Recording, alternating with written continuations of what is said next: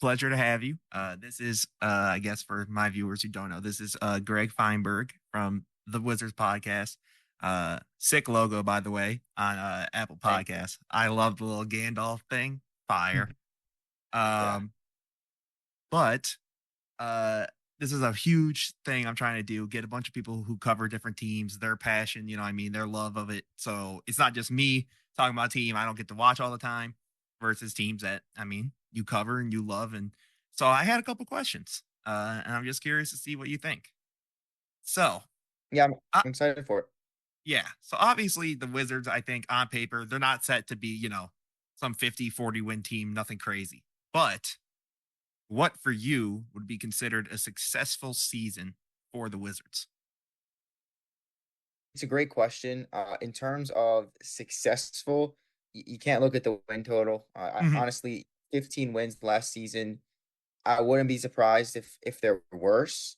I mean, you add a great center, a great veteran in Jonas Valanciunas that'll help them on the glass. I mean, the Wizards were 29th in the league last year in defensive rebounding, so really need a guy that can man the paint and get some boards. And Hmm. Valanciunas will certainly help there. You draft Alex Sarr, who should help in terms of low post, getting rebounds, blocking shots as well. So you brought in some good players. You get Malcolm Brogdon in a trade, obviously, from Portland, but you also ship out Denny Avdio. Arguably, apart from Kyle Kuzma, your best player last season, a very young, promising wing. You ship him out in order to get Bub Carrington, who looks great in summer league, but again is only 18 years old at this moment and still really young. So you got some veterans like Kyle Kuzma, Valanciunas, Jordan Poole, paired with a lot of young talent. Hmm. Haven't played a lot of minutes together with these young guys and the older guys, and it's going to take not only some time to mesh, but some time for the younger guys to figure it out and grow. So, in terms of success, you want to see Bob Carrington play point guard. You want to see him play big Okay. minutes. You want to see him start to develop. You want to see Alex Sarr get stronger, get more physical. The defense is there from Alex Sarr, but you want to see the offense start to blossom and him to become someone who doesn't just settle for threes and can actually, put together a few post moves here and there. You're looking for individual development over team success. And that's kind of the mantra entering this year. You want to see some development. You see them get better in certain Hmm. statistical categories. But the win total, honestly, it's better. The more games they lose, the better because this is a great draft class. So individual development over team success is what I'm looking at. Yeah. And then there's something interesting I found on NBA Twitter, especially towards the end of the season. So I'm curious for you as a Wizards guy. Is Jordan Poole truly a six man or should he be starting? Like, what is Jordan Poole to you with this team?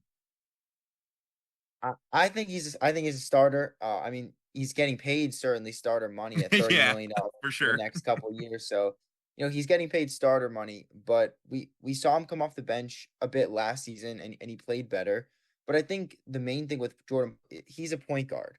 And the Wizards' old coach, Wes Unseld Jr., didn't view Yeah. him as that. He viewed him as an off-ball shooter, like a Klay Thompson, where Jordan Poole is best when he gets to have the ball in his hands, put it on the floor, break down a defense and find his teammates. And off that, he can score, obviously. But Mhm. when you have him running off like off ball down screens to get these on like movement threes, that's not his game. And No. you saw when Brian Keith took over as interim, he put him as a point guard. And he played great off the bench in that role. And then Tyus Jones gets injured, misses the last 20 games. Jordan Poole gets inserted into the starting five and is one of the best, if not the best Wizards players down the stretch, even better than Kyle Kuzma the last half Mm. or quarter of the season. So with Bob Carrington coming in, you would like to see him play as much as possible. But Jordan Poole is the best point guard on this team.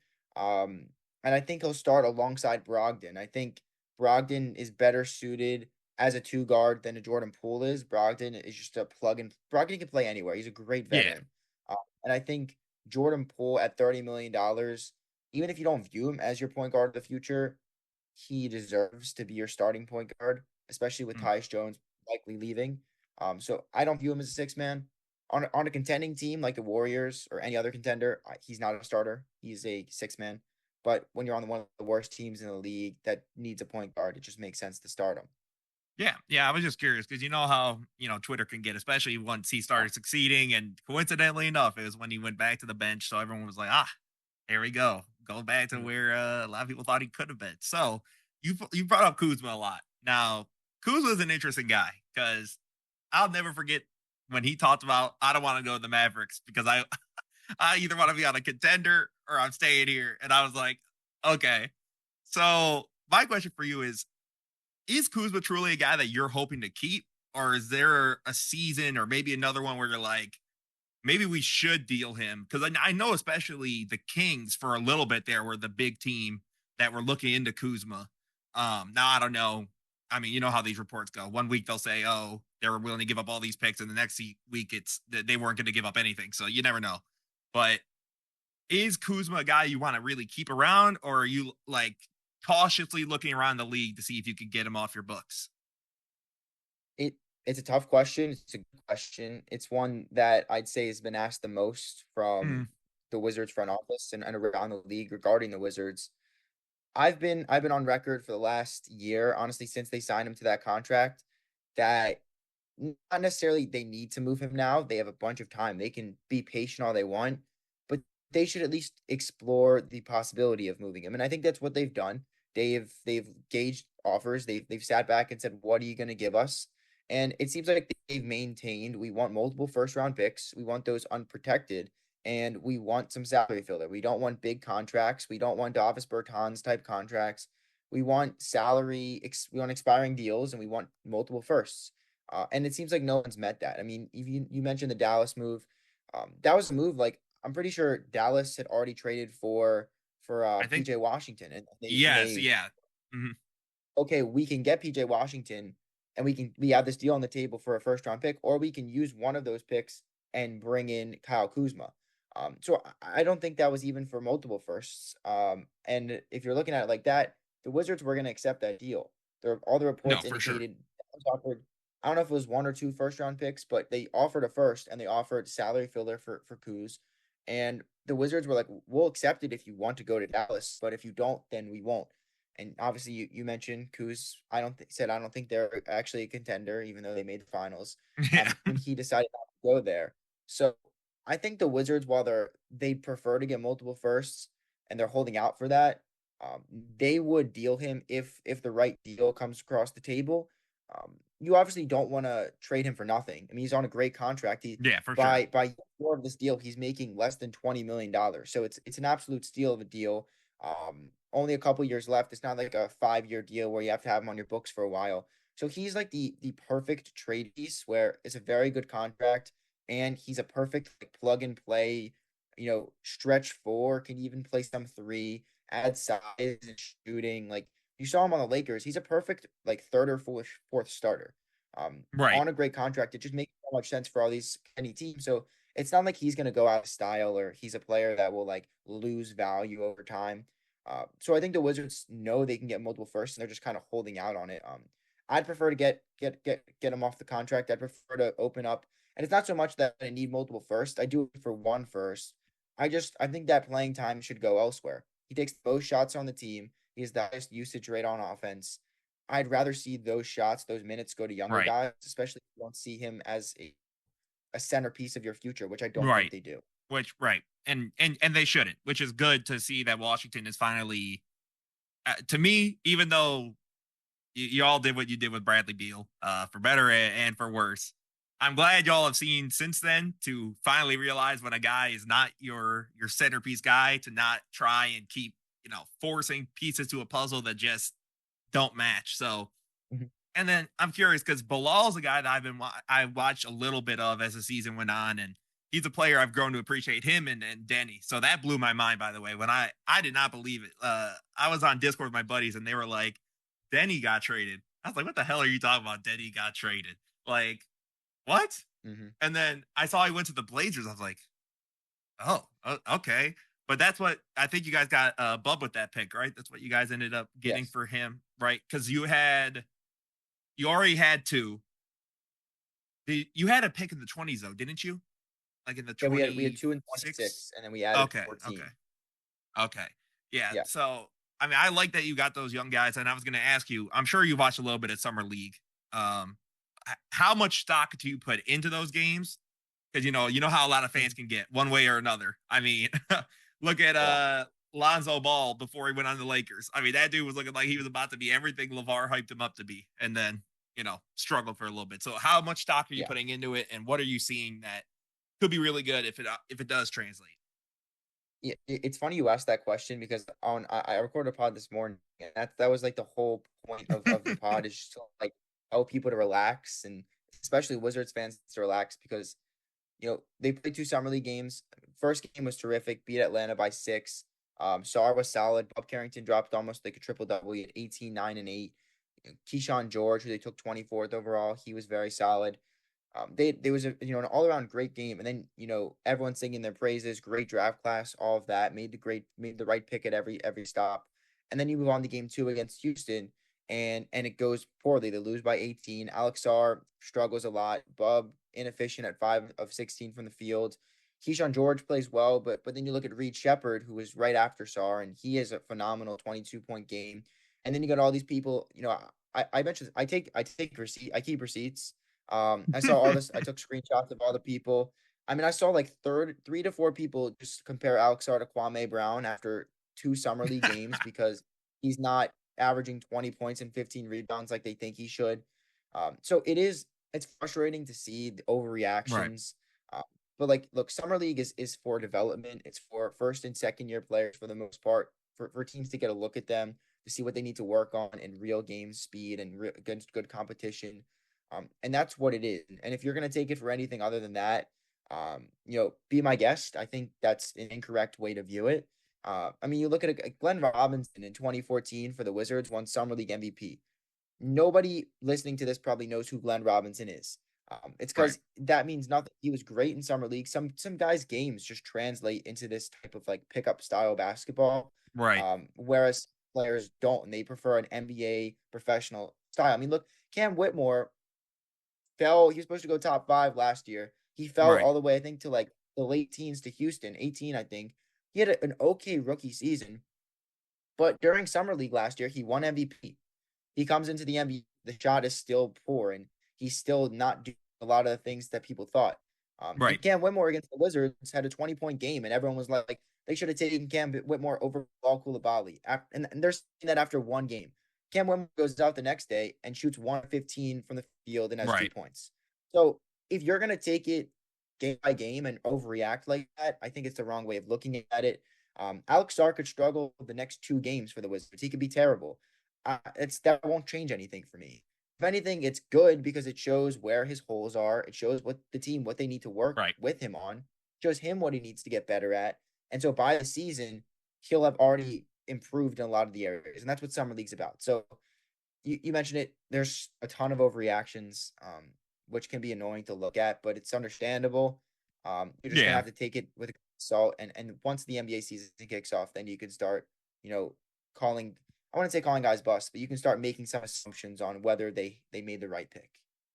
No, yeah, for sure. And then the other thing I was going to ask you, so for Bilal and his game, what are the next steps for you in his development? Like what would be like, because you talked about, right, a successful season would be seeing these guys develop. So let's say for Bilal, right, like what would look like a successful continuation? I would assume it's on the offensive side of the ball because his defense is, I mean, Yes. not, I mean, he's almost like a Thompson twin level of just like it's insane how out the gate this dude's already looking like Mhm. everything that was built up to. But Yeah, I mean, you said it perfectly. Like the defense is fine, and you knew that going into his rookie right, season. Like right from the jump, he would pick up the best player on the opposing team and not shut them down. Like that'll come in time. It's not like a Lou Dort type thing, but he'd make it really tough on them. And so the defense I'm not concerned about. He has the length, he has the size, he has the lateral quickness, he has the instincts. Like he's got it all defensively.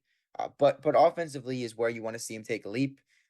The 3-point shot is probably the area that I'm most looking at because he was shooting like 42% from three through the first 10 games of the season, hit a rookie wall, and it kind of slumped until he broke the wrist, missed the final 15, 20 games of the year. But I'd like to see him shoot I'd say at least 35, 36%, like league average from three, especially mm, because I don't really foresee the shot creation coming together in year 2. I think that's something that'll come later down the line. But the Wizards use him a lot off ball to space the floor in the corner, He's very that's probably his best spot, the right corner three. That's where he's Okay. most efficient from. The wings and just kind of making defenses respect that shot will open up a lot, not only for the team in terms of spacing, but for Bilal being able to then put the ball on the deck and get to the hole and it opens up a lot for his game. So perimeter shooting, outside shooting, being efficient in that is what I'm looking for. And the shot creation, like if Bilal can take someone off the dribble, like that's sick in year two, I'll take it. But you can even see like the handle, the dribble moves still very raw, still not very developed. But I'd like to see the shot come together in year two. Yeah, yeah, for sure. And that's, I mean, that's huge for you guys. And then what the other thing I was curious about is, so you got Brogdon now, and you still, I believe you guys still have Tyus Jones, right? Or is he a free agent? Is he off the? He's an unrestricted free agent. They could do a Okay, sign and trade with him, but I think he'll probably go somewhere else. just walk right. Okay, so if you're, I'm assuming you guys are trading Brogdon because I don't assume he's sticking around, right? If I had to Yeah, guess. I would when they first got him on draft night, I fully expected like I wouldn't have been surprised if they tried to flip him to move even further up from 14 to the top 10. They decided not to do that. They kept him. From what I've been seeing and reading and from other reports, it seems like eventually they'll trade him. But I think for now they'll do what they did try to do with Tyus Jones, where he'll start next year and Hmm, they'll keep him until February, try to build that trade value up, and then try to extract max value at the deadline. See if they can get a first round pick for Malcolm. I mean, he's not that old. He's still in his early 30s. He's a very right. solid player. 15 points, 5 assists last season for the Blazers. One of the best perimeter defender guards still in the league. Like he's a guy that can definitely help a contending team. And for contenders, you don't really need late first round picks. You're trying to win. Yeah. So a first round pick is feasible. It's gettable. But I also thought it was gettable for Tyus Jones, and no one budged. So I think you'll see a similar situation try to build its value up by the deadline. If you can get a first, maybe get multiple seconds, maybe get a young player in return. Mhm. But I think you'll definitely see something like that happen with Malcolm Brogdon. Hey man, you guys should try that with depending on how they're playing their guard play, try for Orlando, man. Orlando might be a team. Yeah. I've always said that I think they need a legit, because I think they're a point guard and maybe like a more consistent five, because I like, their 5 man and everything. But Mhm. if you try and get him over there, they'd probably be willing to give up some capital because it looks like they're kind of getting ready to gear up and really roll into the Yeah, next stages of their build. it's a good point because last year at the deadline, there's two teams that I thought could trade for Tyus Jones. It was Philadelphia because they needed a backup point guard, and it was Orlando. And both teams, decided not to do it, Right. not to give up draft capital. But I think with the signings, I mean, Orlando got KCP. The Sixers went all in with Paul George. Like they clearly know their windows are like right now, kind of. And Orlando Yeah. is a longer window because they're younger. But Right. as Yeah. you mentioned, they're morphing from that rebuilding team to a contending team. And in order to do that, they have a bunch of point guards, but they don't really have that elite point guard. They don't I have that agree. floor general type point guard. Yeah, Like that Suggs is a great that's a big thing. defender. Cole Anthony is a great scorer. They even Anthony Black, he's a bigger He's guard, just so he's so defender. young. He's just like Bub. Yeah, He's got to so get the time. Yeah.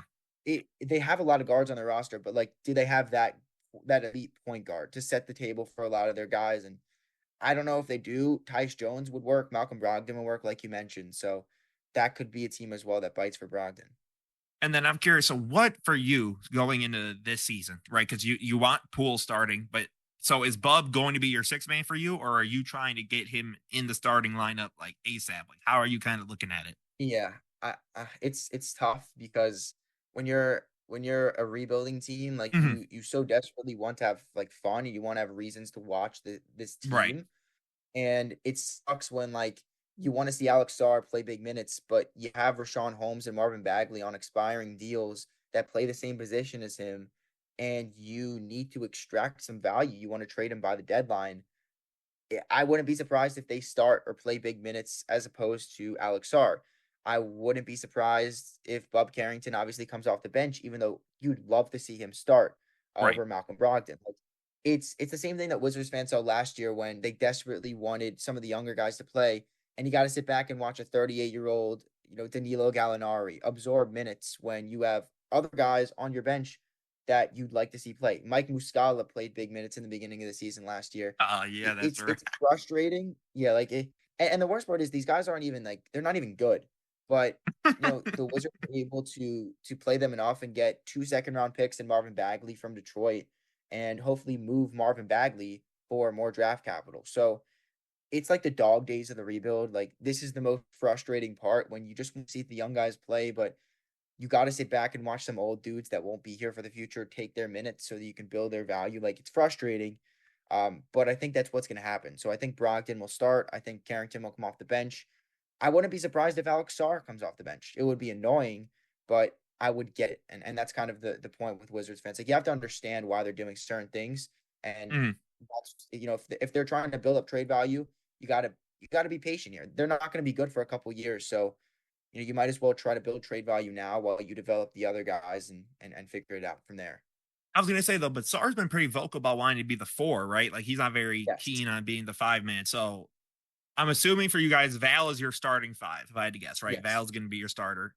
Are you trying to trade him too if you get a chance? Because he's only signed him for 2 years, right? 2 years? Yeah, I'm pretty sure it's like a 2-year deal. I think he's an option in year three, but it's a cheap deal. I mean, a guy that like him usually is around 20 mil in the open market. The Yeah, Wizards signed for 10 mil a year. And you got to imagine like the Lakers, LeBron mentioned like the Lakers really wanted Valanciunas. He was at the top of their free agency board, but he was like, you know what, I want to go to DC. And he hasn't talked about it yet, but I'm curious as to why. Like $10 million a year. I think he could have gotten more on the open market, but it's possible that he just enjoyed the environment here in DC. Maybe he likes the area. He's a family. But he's a guy that like at 10 mil a year, that's a very easily movable contract. for sure. That's been the thing with the guys the Wizards are signing. I mean, you saw Sadiq Bey. Like these are very team friendly, cheap deals. Even Kyle Kuzma's deal. So they're all the veterans are tradable. And if a team like the Lakers is struggling earlier in the season, and they decide at the deadline, like we need center help. We need somebody to play alongside so AD can play the four. We need Mhm. some help in the interior. I'll give you a first round pick for Valanciunas, and then that's basically a free first round pick for the Wizards. Like you pay Valanciunas for half a season of his services. Alex Sarr plays behind him. He learns from him, and then the second half of the season, you're allowing Alex Sarr to start at center, and you're Right, getting a first round pick and moving off Valanciunas. So I could see that as a move. The biggest takeaway I have from is what I said. Like Alex Sarr can learn from him. He's a 12-year NBA veteran. He's one of the best rebounders in the league. Um, I think there's a stat like out of centers that average like 12 points and 8 rebounds, I think there's the top out of the top 10, 9 of them are making over $20 million. And then there's a $10 million drop off for Valanciunas, who makes 10. So he deserves a lot more money. It's a cheap for deal and it's sure. very movable. So And then, so I'm assuming Keyshawn George is going to be the unlucky guy out, right? Out of the three, just because Sarr is, I think, regardless of your logjam at the position, when you get him number two, and a lot of people thought he was, the number one pick, and all the weird stuff mhm. between him and Atlanta going on there, and I don't even understand half of that. But do you think, because obviously it's not obligation, but it's almost as if he was on a max contract and you just got him. You know what I mean? Like you got to play him. And then Bub, I can see, like we talked about, six man, seventh man rotation kind of thing. Like, oh, Poole's not playing well or hurt or whatever. Brogdon, you know, just ain't on it tonight. We put Bub in.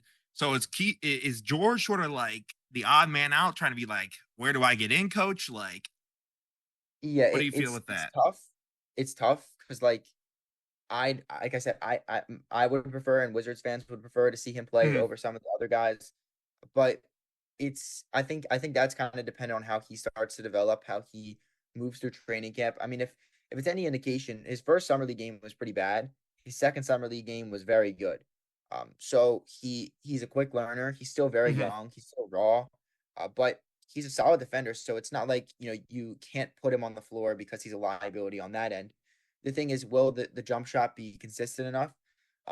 Will he be smart enough? I mean, he's 6 turnovers in the second summer league game, so he's got a long ways to go. And he's a guy that I wouldn't be surprised if he doesn't take a year off, but like you don't really see much of him in year one, especially before the Mhm. trade deadline, where you're trying to build up other guys. And you got to remember, you still have dudes like Justin Champagny, who's on a 2-way deal. He's better than Keyshawn George right now. Do the Wizards value him the same? Absolutely not. But he helps you win games. is a guy like Johnny Davis, 10th pick 2 years ago. Many people have written him off. He's a candidate that could be cut if they have, a pinch for roster space. Would you rather play him? I think at the moment he might be better than Keyshawn George.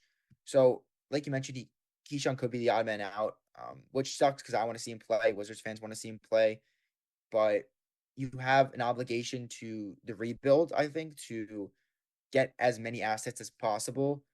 And I think you'd rather play some of the other guys over him, especially before February. So, like you mentioned, I don't know if training camp will be an indication, but he Mhm. could very well, not play much in his first year. And then this is my, I guess, my final question. So, how much of a leash or whatever do we give to? Because you guys just got your new head coach a couple Yeah. weeks ago or a month ago. Um, so we've obviously seen around the league some coaches get a longer leash to Mhm. for no real reason at times, like aka like a Doc Rivers kind of deal, or you see guys like JB Bickerstaff who out of nowhere, even though he helped turn Cleveland around, right, like gets the cut. So how, like, if you're Washington, right, and let's say this year you see a little bit of the development but nothing crazy, like, and obviously well, fortunately or unfortunately, the coaching is going to be where that development happens. So how long do you give a new head coach until you're kind of like, maybe we went the wrong way here, like we might need to explore something else, Mhm. or unless he becomes like a Jamal Mosley and it's like, oh my god, like this dude, he just needed a little bit of time and the capital to all kind of get it together, and you know here we are now making a push. Yeah, it's a great question. Because of the Wizards, it's a weird situation. Brian Keefe was the interim last year. Mm-hmm. They say their coaching search was vast and they interviewed all these guys. Nothing ever came out about anybody else interviewing for the job. That's not to say they didn't, but it seemed pretty evident that Brian Keefe was the guy. And I mean, it's a guy that's held his hat on player development. He's for nearly 2 decades been an assistant in the NBA, so he's got the pedigree. Mm, Co-signed KD. Had a clip from like a couple years back when Brian Keefe's first gig was in '07 when KD was still in the Sonics, and KD credits a lot of his professionalism, his success, his development to Brian Keefe for all the work that he put in individually with him. So he's a guy that I think is a players coach. The players respect him. He's very big on player development, very big on bringing the young guys up. So it's a perfect coach for the Wizards right now. But many people view him as a bridge coach in terms of mm, he's going to coach them through the rebuild like a Brett Brown, and I'm sure once they get to like some better days, they'll give him a year or two possibly to be like, all right, like the team's good enough to compete now. We're gonna because you led us through the rebuild, we're gonna give you some time and we're gonna let you go and we're gonna let you, coach this team and see what you right. can do. But it's not like the old Wizards. Like you have expectations now, and if you don't meet them, like the Sixers didn't meet with Brett Brown, then we'll move on. So look, I think it's best when you have a coach, like you mentioned with Jamal Mosley, that coaches the team through the darker days, is with them every step of the way, and that same shot caller, that same guy is at the helm when you're competing in playoff games, making deep Right. runs. I feel like the chemistry and the culture that you build is great. And you see Orlando, I mean, they're set for the next, couple years at least because of Bare what minimum, Mosley yeah. has done. And those players respect the hell out of him. So I think Brian Keefe, he won't get fired this year. I think No, yeah, yeah. the only thing that can get Brian Keefe fired, honestly, over the next 2 years is like a locker room situation where the players don't like him and he loses respect and all of that. But I think his leash is pretty long. I mean, the Mm, win total means nothing. Is this no, team yeah. getting better? Um, and the Wizards traditionally have let coaches coach out their contract. I mean, Wes Unseld Jr. is a guy that you saw after his first 2 seasons didn't have what it took, and they Mm, decided to go up and accept his team option and keep him for the next couple of years, which made zero sense at the time. But again, Ted Leonsis is the Wizards owner. When he pays someone, he likes to see it out. He doesn't like to just give them money to not work for the team. So, it's a couple year. I think it's a 4 year deal for Brian Keefe or a 3 year deal with an option mm, at the fourth year, like Wes had. So I think the first 3 years he'll be here, and then they'll reassess in year four. But it won't be determined on wins. It'll be determined on how this team develops throughout right. The his actual tenure. development. Mhm. Okay. Well, it was an honor to have you on. Again, guys, go listen to his podcast. Are you only on Apple or are you on Spotify Apple, too? Spotify, Amazon. I think it's like pretty much everyone. All So the listening. Yeah, the Wizards podcast is on there. Great listen. Very, thank you. brief but informative, of course. It's an honor to have you on to be a part of this massive project. It really means a lot to me. So thank you.